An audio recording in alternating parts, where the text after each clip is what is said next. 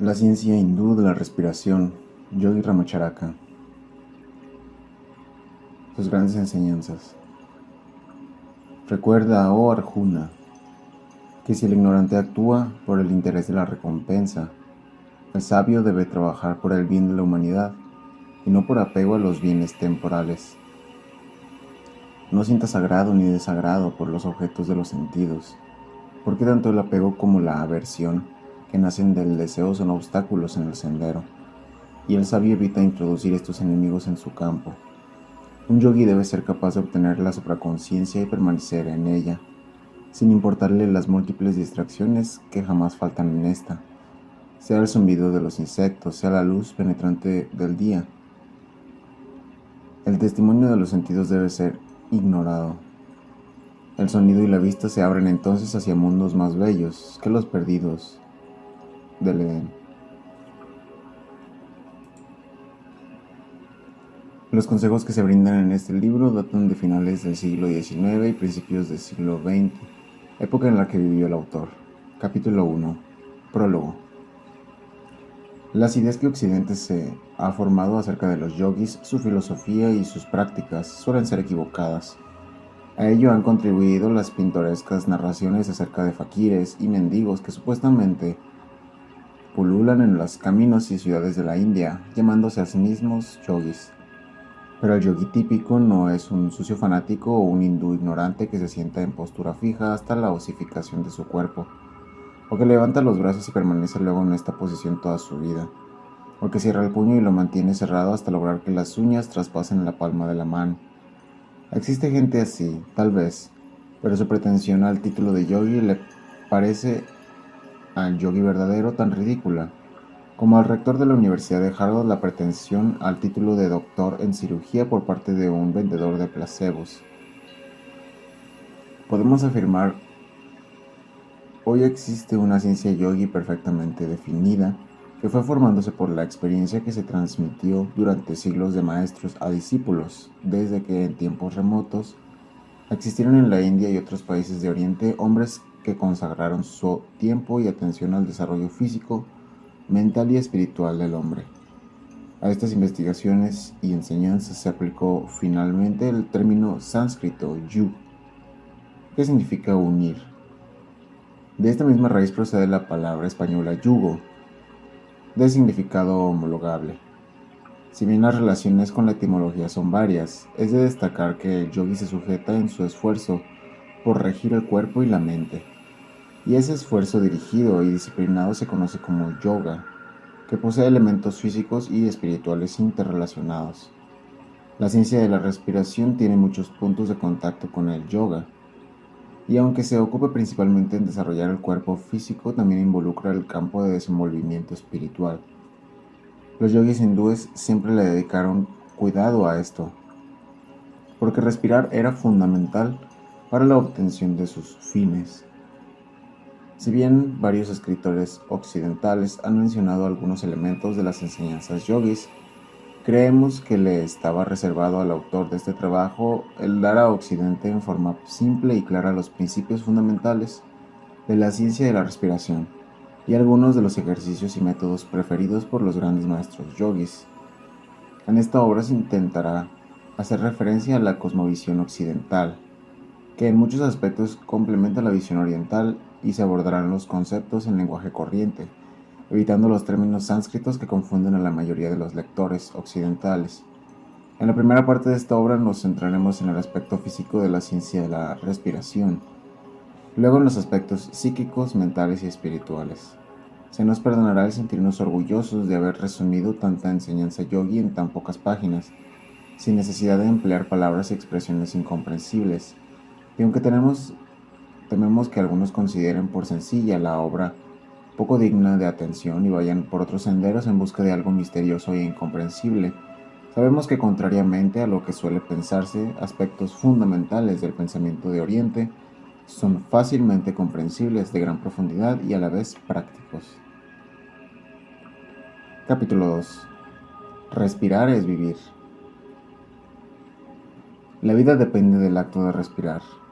Respirar es vivir, y vivir es respirar. Respirar es vivir y no hay vida sin respiración. Todo lo que vive debe su existencia a la capacidad de respirar. Todos los animales, todas las plantas. Un niño al nacer y a los pocos segundos aspira por primera vez el aire. Así principia su vida en la tierra. Un anciano exhala débilmente por última vez, cesa de respirar y acaba su vida. Desde la primera aspiración en la más tierna niñez hasta el último suspiro de la ancianidad se cumple una larga sucesión de continuas respiraciones. La respiración es la función más importante del cuerpo porque de ella dependen indudablemente todas las demás. El hombre puede vivir largos periodos sin comer e incluso algunos días sin beber, pero sin respirar solo vive unos pocos minutos. Pero no solo la supervivencia está atada al acto de respirar, porque de la forma en que se respire dependerá la vitalidad del individuo y su resistencia contra las enfermedades. Un dominio inteligente de la facultad de respirar redunda en un invaluable beneficio para la salud física, psíquica y espiritual, mientras que la respiración descuidada acorta nuestros días, amengua nuestra vitalidad, inteligencia y bienestar, y nos coloca en condiciones favorables de ser presa de muchas dolencias y enfermedades. El hombre en su estado natural, de la misma manera que el animal y el niño, respira natural y debidamente, pero en muchos casos ha recibido una influencia negativa de la civilización, porque los cambios a los que nos somete la vida civilizada en cuanto a caminar, pararse y sentarse, nos han despojado en muchos casos de la facultad atávica de saber respirar correcta y naturalmente. El porcentaje de los hombres civilizados que respira correctamente es muy reducido, y el resultado puede observarse en los pechos hundidos y en el aumento exponencial de las enfermedades del sistema respiratorio. Todos los expertos de Oriente y de Occidente coinciden en que la relación entre la respiración natural y la salud es evidente, directa y explicable. La ciencia occidental demuestra que la salud física depende en gran medida de una respiración correcta. Y los instructores de Oriente no solo admiten que sus hermanos occidentales tienen razón, sino que también sostienen que además del beneficio físico derivado de una respiración normal, es posible acrecentar, conociendo y practicando la ciencia de la respiración, la energía mental del hombre, su felicidad, el dominio de sí mismo, la claridad de visión, la moralidad y el perfeccionamiento espiritual. Muchas escuelas de filosofía oriental se han fundado sobre la ciencia de la respiración, y Occidente podrá tener enormes beneficios cuando comience a adoptar la milenaria sabiduría de Oriente, en lo que a respiración se refiere. La teoría de Oriente unida a la práctica de Occidente dará abundantes frutos. Esta obra tratará de la ciencia de la respiración que incluye todo cuanto conoce el fisiólogo occidental y además el aspecto psíquico-espiritual del asunto. No solo lleva a la salud física de acuerdo con la llamada respiración profunda por los científicos occidentales, sino que además penetra en los aspectos menos conocidos de la cuestión, mostrando cómo los sabios orientales gobiernan su cuerpo, aumentan su capacidad mental y desarrollan el aspecto espiritual de su naturaleza, gracias a la cuidadosa práctica de la ciencia de la respiración. El yogi practica ejercicios mediante los cuales obtiene el dominio de su cuerpo y aprende a enviar a cualquier órgano o parte del cuerpo mayor corriente de energía vital o prana, fortaleciendo de ese modo el órgano o parte que desee. Conoce todos los efectos fisiológicos de una respiración correcta, al igual que un fisiólogo occidental, pero además sabe que en el aire hay algo más que oxígeno y nitrógeno, y que la simple oxigenación de la sangre no es la única transformación que se produce al respirar. Conoce los efectos de la energía sobre el cuerpo y la mente del hombre, y sabe que puede conocer y servirse de muchos de esos efectos. Sabe que la respiración rítmica lo coloca en vibración armónica con la naturaleza y favorece el desenvolvimiento de sus facultades latentes, y sabe que controlando su respiración puede curarse a sí mismo y a los demás. También desterrar el miedo, las preocupaciones y pasiones siniestras, para mejorar su configuración personal. Esta enseñanza es el objeto del presente libro. Queremos dar en pocos capítulos las explicaciones básicas de una sabiduría milenaria e inagotable. Queremos indicar el comienzo de un sendero que lleva a lugares insospechados y que dura lo que dura nuestra vida. Queremos inculcar en las mentes del mundo occidental la noción del valor de la ciencia de la respiración. Capítulo 3. Teoría exotérica de la respiración. Este capítulo describirá las teorías del mundo científico occidental sobre las funciones de los órganos respiratorios y el papel que desempeña la respiración en la fisiología humana.